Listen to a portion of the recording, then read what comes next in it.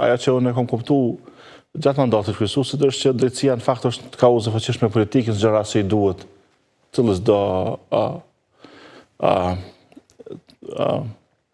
pushtet, cë do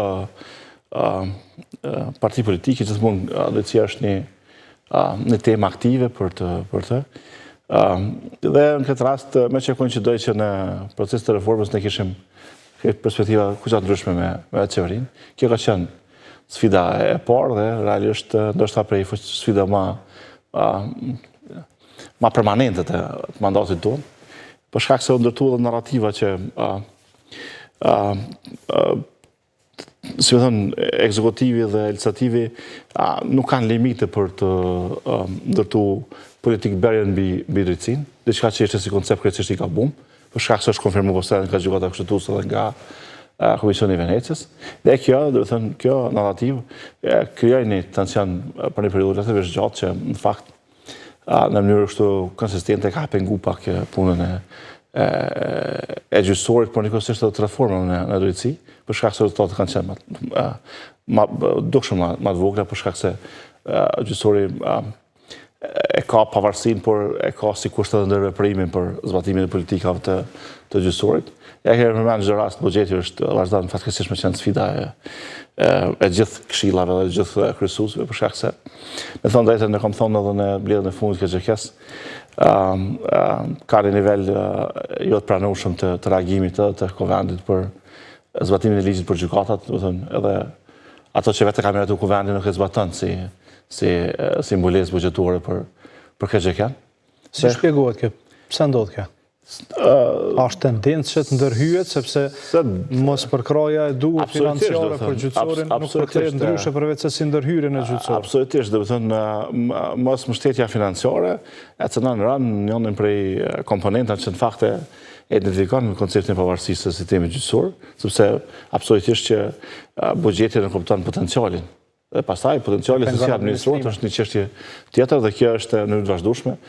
Pra, në mënyrë të vazhdueshme ne kemi marrë buxhet të kufizuar dhe disproporcioni i kërkesës me buxhetin e lejuar ka shkuar deri në 12 milionë euro, që është jashtëzakonisht shumë, pothuajse në 1/4 e tërësisë së kërkesës që ne parashtrojmë në Kuvend, duke që është një rutinë pjesa e kornizës buxhetore për sistemin e drejtësisë, por që në substancë e pengon realisht për mbushjen e detyrës së sistemit të drejtësisë në raport me qytetarët dhe pastaj edhe në rrugën e integrimit kombëtar. Mos harrojmë që gjyqësori aktual, do të thënë, jo për shkak se kemi qenë ne aty, po për shkak të kohës në të ndodhet Kosova dhe proceseve të integruese, qoftë në Këshillin e Evropës që është jetike për neve, në drejtësi flas, apo në mekanizma të tjerë të ndërkombëtar, sistemi i drejtësisë dhe në mënyrë veçantë gjyqësori ka impakt jashtëzakonshëm.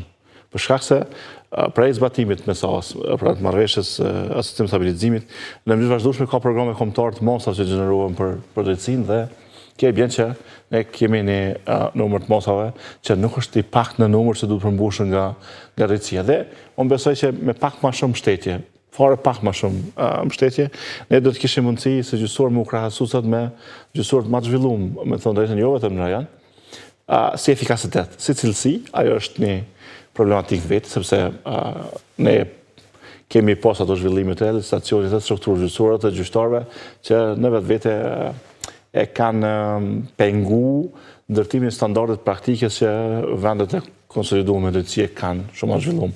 Por në efikasitet dhe në shërbime ndaj gjyqtarit, në gjithë shërbimet që jap gjyqësori përveç cilësisë vendimarrjes, ne kishim pas mundësi me qenë jashtëzakonisht konkurrent me vende shumë të zhvilluara.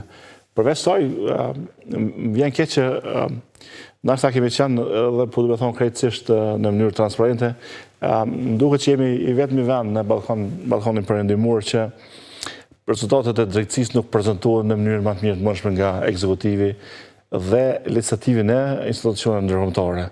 Pra, dhe pse them këto? Në radhë parë mungon koordinimi i duhur, me thënë drejtën, për me prezantuar këto rezultate, sepse nëse ne në 2025 kemi pas shkallë efikasiteti 121% në nivel gjykata të shkallës parë, kjo është një arritje jashtëzakonshme krahasohet me gjithë vendet e Këshillit të Evropës. Dhe besoj që edhe vendet më të zhvilluara nuk e kanë kuota më të larta. Në qoftë se ne në kur rekord kemi mërri me bëjë gjithë përkthimet e sistemit, është zhvillim. Në qoftë se ne raportojmë Këshillin e Evropës dhe mekanizmat e saj, me statistika shumë cilësore, dhe sipas kërkesave që kanë ata, absolutisht është standard. Në qoftë se ne kemi zhvilluar teknologjinë, qoftë me mbështetje ndërkombëtare apo brendshme, në nivel përkrahasueshëm edhe me vendet e regjionit. Pra është një standard jashtëzakonisht i lartë. Por që apo audio dhe video gjyqimin, apo databazat e gjyqësorit. Pra është një rezultat që na kemi dhe nuk e prezantojmë në mënyrën më të mirë të mundshme. Dhe për fat keq edhe pastaj edhe morrim vlerësimet jo gjithmonë më të mira, pavarësisht që indeksi ndërkombëtar i sundimit ligjit rangon jashtëzakonisht mirë drejtësinë, por që kur shikojmë për shembull vendet që kanë ndjekur rrugë të ngjashme me ne, Kroacia, do të thënë në mënyrë të vazhdueshme kanë raportuar për gjithë rezultatet, edhe ato kur kanë qenë, si më thënë, krejtësisht pa përfillshme ndoshta. Ndërkohë që ne kemi rezultate jashtëzakonisht larta dhe në fakt nuk i prezantojmë, dhe kjo ka me pengu, me thënë drejtën, edhe rrugën e integrimit, sepse ne po shikojmë, do thënë, kemi, po e thamë prapë krejtë sinqerisht, kemi standard lartë të teknologjisë në sistem. Pra, cilësi, kualiteti i dhonave është një çështje në vetë, sepse ka të bëjë me mënyrën se si operon një zyrtar në gjykatë. Ndërkohë që edhe në qoftë se shikojmë edhe programet, pothuajse të gjitha partive politike që konkurrojnë për shembull për kuvendin, gjithë kanë teknologjinë, ndërkohë që ne në fakt kemi një standard shumë të lartë. Pra nuk ka një njohje të mjaftueshme mbi drejtsinë dhe kjo na ka dëmtuar në princip. Përveç rrugave që i premtojmë vazhdimisht që edhe ato kanë mirë rrit, po premtojmë vazhdimisht edhe rritjet numrit të gjyqtarëve. Fatkeqësisht, do të thonë në 20 vitet e fundit, po e them krejt publikisht, kush do të shikon dhomën, na jemi vetëm vend që kishim zvogëlim pagën nga qeveria. Edhe ato në mënyrë arbitrare në fakt. Pra dashtë shumë veprime për të canu, pastaj cilësimi jo adekuat në ligjin për pagat. Pra edhe 6 vite, 7 nuk do të rritën pagat e gjyqtarëve. Ndërkohë që standardet e Këshillit të Evropës, jo pse ne po referojmë tu, po kërkojnë që paga e gjyqtarit, statusi i gjyqtarit, të jetë i dinjitetshëm dhe të mos ketë të ndihmë nga faktorë që mund të vendosin krizë integritetin e gjyqtarit dhe sistemit gjyqësor. Te ne pyetja është çfarë motivimi ka një jurist i ri që është excellent me u bë pjesë e gjyqësorit kur në radhë parë duhet me luftu për vetë pagën e tina apo për statusin e tina, pas një lloj garancioni dhe pas një lloj vlerësimi për as krahasuar madje me ato vendet që e kanë, si më thënë, në minimum.